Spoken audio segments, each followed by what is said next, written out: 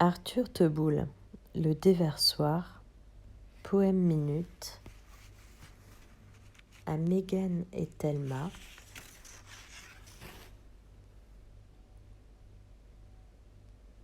Il y a assurément un autre monde, mais il est dans celui-ci. Ignace Paul Vidal Troxler.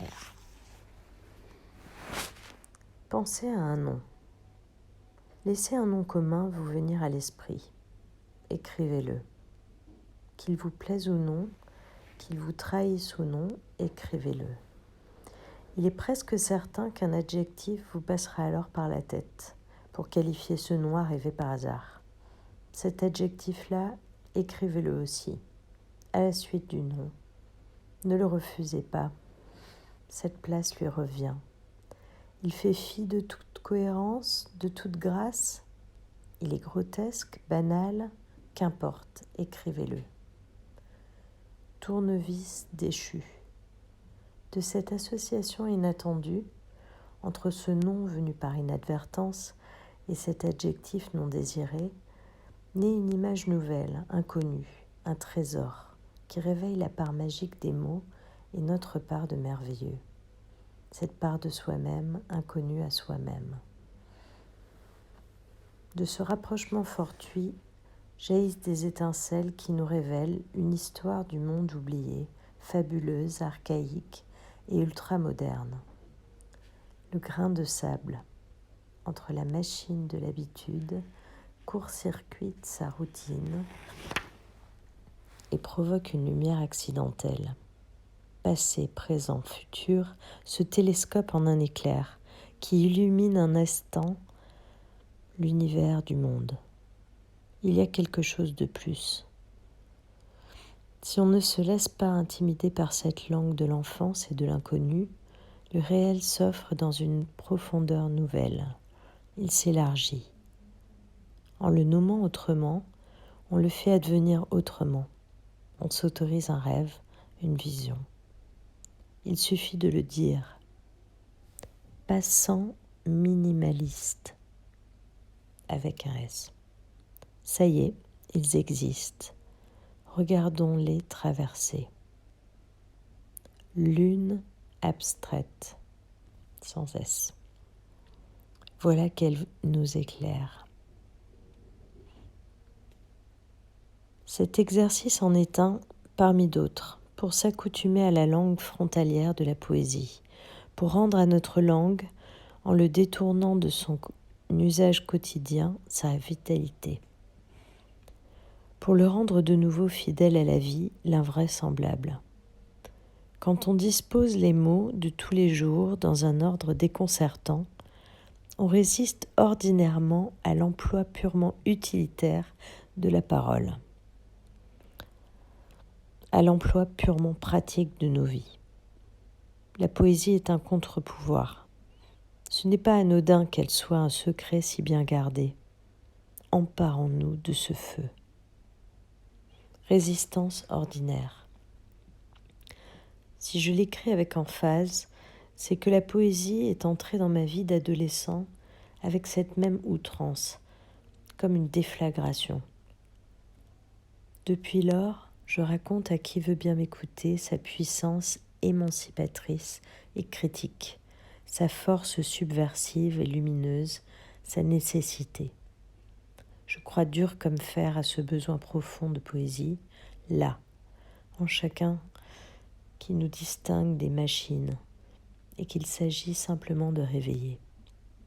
Ce livre n'est rien d'autre qu'une tentative renouvelée de donner envie de poésie, de raviver ce besoin primitif, comme on a envie et besoin de faire l'amour.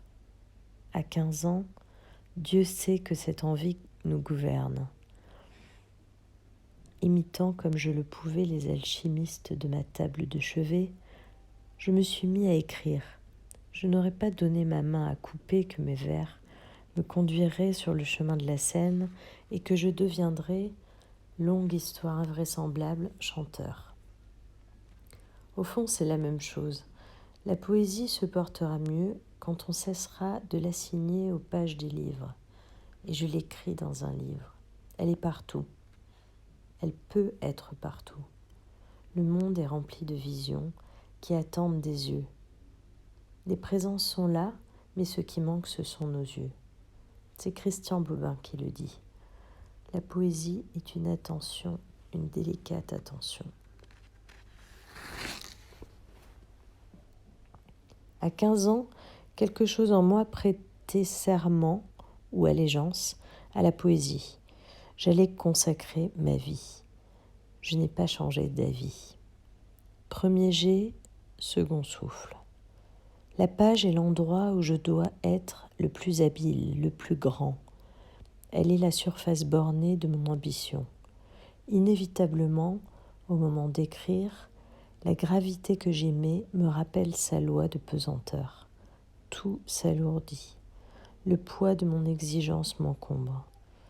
Pour m'en décharger et déjouer cette angoisse, un jour de janvier 2016, le 12 exactement, alors que je me complaisais dans mon impuissance à écrire, le temps d'un trajet en métro, je fis un test. Si j'écrivais simplement ce qui me passe par la tête, une station après l'autre, je me disais, noircis cette page. Comme ça vient, écrit sous la pure dictée de la pensée, sans la passer au filtre de la logique et de la volonté.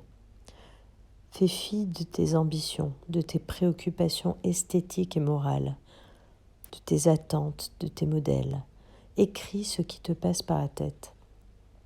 Même si c'est ridicule, même si c'est abstrait, même si ça ne veut rien dire. J'avais connaissance de cette pratique que les surréalistes appellent écriture automatique, qui existe au moins depuis le Moyen-Âge sous le nom de phatrasie, et sans doute depuis toujours, nécessaire gymnastique pour faire rendre l'air à l'esprit de sérieux qui nous habite. André Breton en a expliqué clairement la méthode dans son manifeste. Faites-vous apporter de quoi écrire. Après vous être établi en un lieu aussi favorable que possible à la concentration de votre esprit sur lui-même. Placez-vous dans l'état le plus passif ou réceptif que vous pourrez. Faites abstraction de votre génie, de vos talents et de ceux de tous les autres.